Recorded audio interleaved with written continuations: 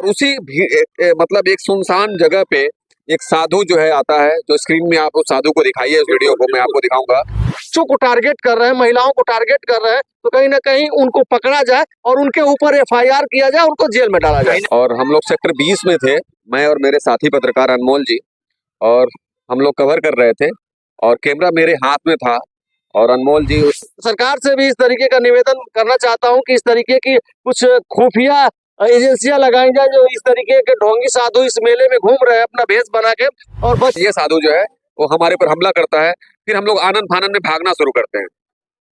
नमस्कार, आप देख रहे हैं लाइव न्यूज उत्तर प्रदेश। और महाकुंभ का आगाज होने के बाद हम भी अपनी महाकुंभ यात्रा को लेकर के महाकुंभ यानी कि प्रयागराज पहुंच चुके हैं। और प्रयागराज में तमाम देखेंगे तो श्रद्धा की आस्था जो लगी हुई है। यहाँ पे डुबकी लगाने के लिए लोग देश विदेश से पहुंच रहे हैं। और यहाँ पे आस्था के साथ साथ जो है कि यहाँ पे देखेंगे तो काफी संख्या में भीड़ है, लोग स्नान करने पहुंच रहे हैं।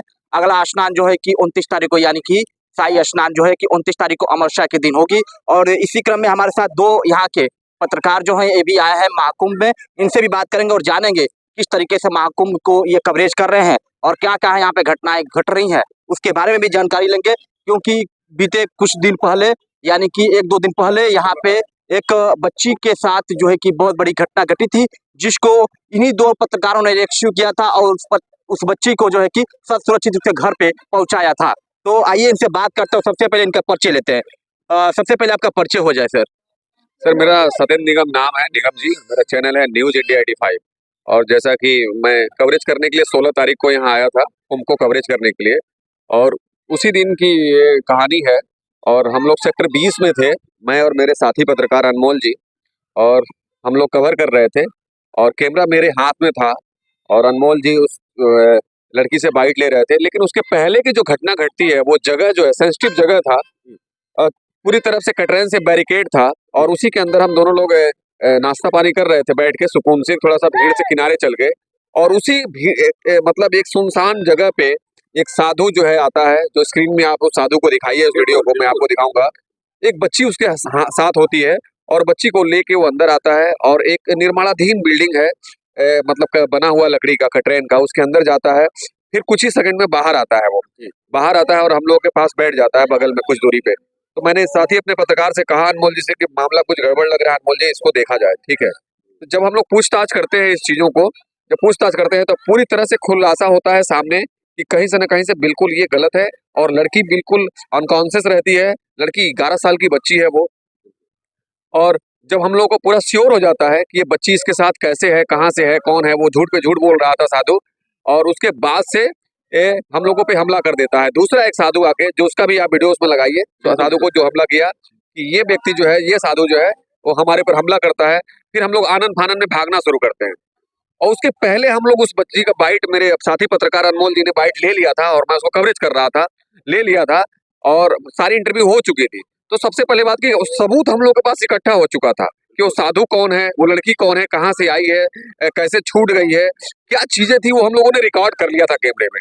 तो कहीं से न कहीं से हम लोग ये सबूत रख लिया था। उसके बाद से जब जब हमला करता है वो साधु, हम लोग डर के मारे वहां से भागना शुरू करते हैं बाहर, अपना कैमरा रख के। उस वीडियो में भी देखिएगा, साधु ने आपके ऊपर भी हमला कर दिया। जी, साधु मेरे ऊपर सीने पे मुझे डायरेक्ट ऐसे मारने लगा हाथ में कुछ लेके, तो मैं डर गया। साधुओं का यहाँ पे यही खेल चल रहा है, आपको मैं बहुत से वीडियो आप देख लेंगे कि साधु कैसे हमला कर रहे हैं। तो फिर जब हम लोग बाहर गए तो हम लोग दोनों के दिमाग में ये था कि लड़की को किसी तरह रेस्क्यू किया जाए। फिर हम लोग वहाँ नजदीकी सेक्टर 20 के नजदीकी एक पुलिस चौकी पे जाते हैं, जहाँ के थाना इंचार्ज जो रहते हैं वो मेरा बहुत सहयोग करते हैं हम दोनों लोग को। मैं विवत हमको लग रहा है कि 5 सेकंड उनसे मैं बात कहा कि सर ऐसी बात है, एक लड़की जो है सेंसिटिव मुझे मिली है, एक साधु के साथ जा रही है।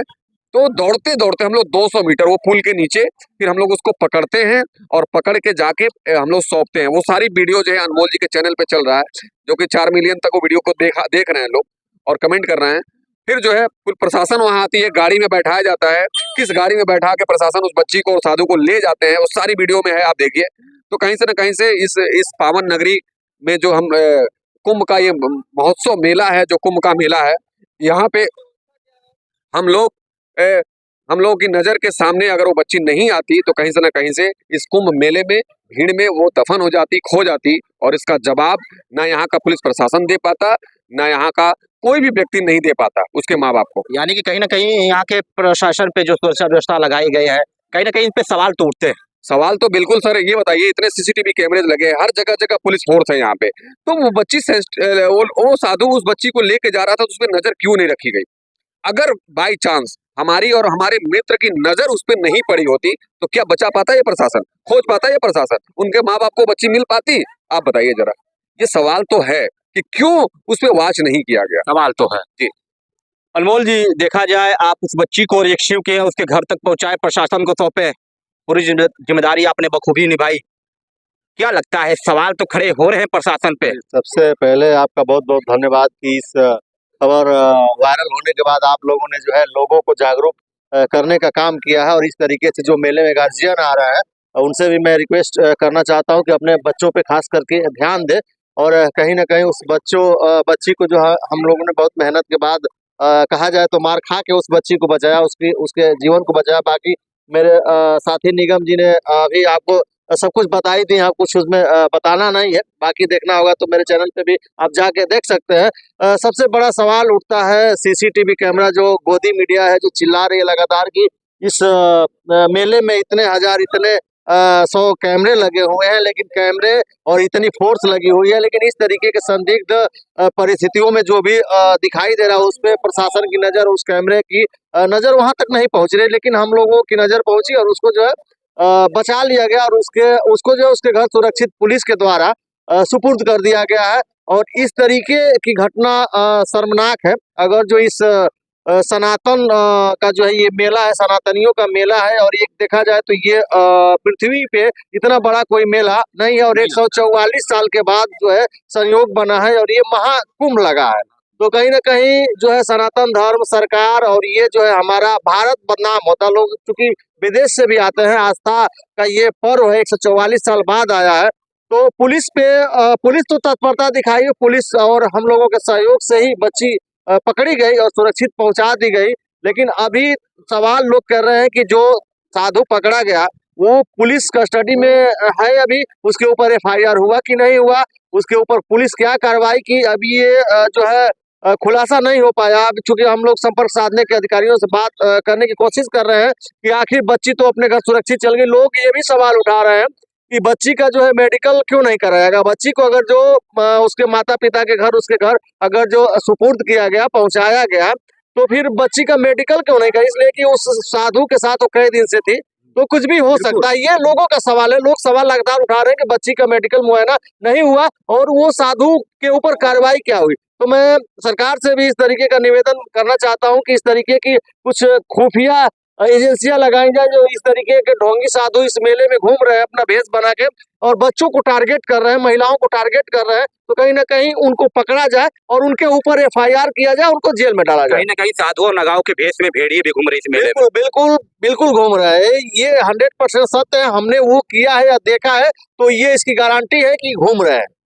कुंभ मेला कैसा लगा? काफी सालों बाद हम लोग कवरेज कर रहे हैं। बिल्कुल बिल्कुल, कुंभ मेला बहुत बढ़िया है, सारी व्यवस्थाएं बढ़िया है, बट थोड़ा सा मीडिया भाइयों के लिए एक परेशानी यहाँ है कि पूरे मेले में आप कहीं भी घूम लीजिए, कहीं चार्जिंग पॉइंट नहीं है। अगर जो किसी भी साथी का, किसी भी मीडिया कर्मी का माइक चार्ज करना है, मोबाइल चार्ज करना है, तो थोड़ा सा सरकार का ध्यान, हाँ बिल्कुल समस्या होगा। मेले में कहीं रैन बसेरे भी कम से कम होने चाहिए। कुछ कॉमन लोग अगर छूट जाते हैं घाट से, फिर रहते हैं जो आ गए हैं, जिनको होटल की व्यवस्था नहीं हो पाई है, तो उनके लिए भी कुछ यहाँ पे जो है रैन बसेरा टाइप का व्यवस्था होना चाहिए, क्योंकि ये बहुत बड़ा एक शहर देख रहे हैं, लाखों करोड़ों रुपए यहाँ खर्च किया गया है, तो ये छोटी छोटी चीजों का ध्यान देना चाहिए। और पत्रकारों के लिए यहाँ पे भी मैं देख रहा हूँ कि कहीं कोई सुविधा नहीं है, क्योंकि पत्रकार ही सच्ची चीजें दिखाता है। और खासकर मैं बता दूं कि जो यूट्यूबर है, यूट्यूबर ने एक एक चीजों को निकाल के दिखाया है, ठीक है, यहाँ पे तो उनके लिए भी कोई ना कोई काउंटर होना चाहिए, कोई सुविधा होनी चाहिए यहाँ पे। और मैं एक और दरख्वास्त करूंगा आपके चैनल के माध्यम से कि जिस तरह से यहाँ के कर्मचारियों के लिए, यहाँ के पुलिस फोर्स के लिए, मीडिया के लिए एक आई कार्ड जनरेट हुआ है, उस तरह से मुझे लगता है कि यहाँ के हर अखाड़ाओं के बाबाओं के लिए भी एक ID कार्ड होना चाहिए, जिससे पता चल सके कि ये बाबा किस अखाड़े से है, इनकी क्या आइडेंटिटी है। क्योंकि कल जो घटना हुई है, 16 तारीख को जो एक घटना हुई थी उस बच्ची के साथ, उस व्यक्ति की कोई आइडेंटिटी नहीं थी और झूठ पे झूठ बोल रहा था। अगर हमारे मित्र ने उसको उसके खबरों के माध्यम से, चाहे सवालों के माध्यम से अगर उसको नहीं पूछा होता तो उजागर नहीं हो पाता। नहीं हो पाता, ठीक वो है। बच्ची अपने घर नहीं पहुंच पाती तक बच्ची। बच्ची यहीं दफन हो जाती भाई साहब, कुछ भी नहीं मिल पाता, उसका सुराग नहीं मिल पाता। वो मासूम सी बच्ची, मुझे आज भी उसका चेहरा याद है, मैं जब देख रहा हूँ तो रोंगटे खड़े हो जा रहे हैं। वो भेड़िया कैसे लेके उसके भाग रहा था।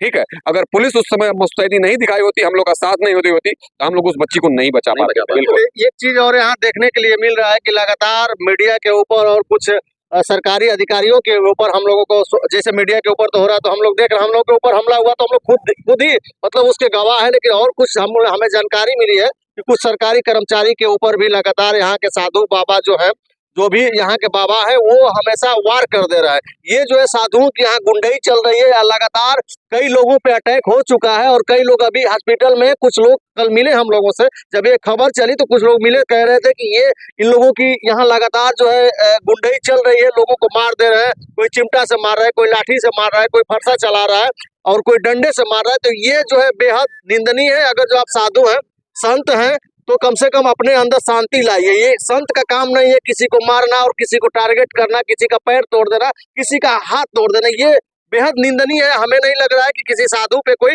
कार्रवाई इस समय हो रही है। ये स्थिति और आगे खराब हो सकती है। बिल्कुल सरकार को ध्यान देना चाहिए इस तो ये हमारे साथ दो पत्रकार थे जो उस बच्ची को उस दरिंदे से, यानी कि इस साधु संत के भेष में जो भेड़िया था उससे बचाए, और यहाँ पे लगातार ये लोग भी कवरेज कर रहे हैं और इनकी आग्रह है कि प्रशासन इन सब चीजों पे थोड़ा ध्यान दे और यहाँ की जो कमियां हैं उनको पूरा करे। तो ऐसे ही आप हमारे साथ बने रहिए। अब कुंभ मेले से आपको कुंभ यात्रा की सारी तस्वीरें मैं दिखाऊंगा। तब तक के लिए आप लोग लाइव न्यूज उत्तर प्रदेश के साथ बने रहिए। मैं शनि, नमस्कार।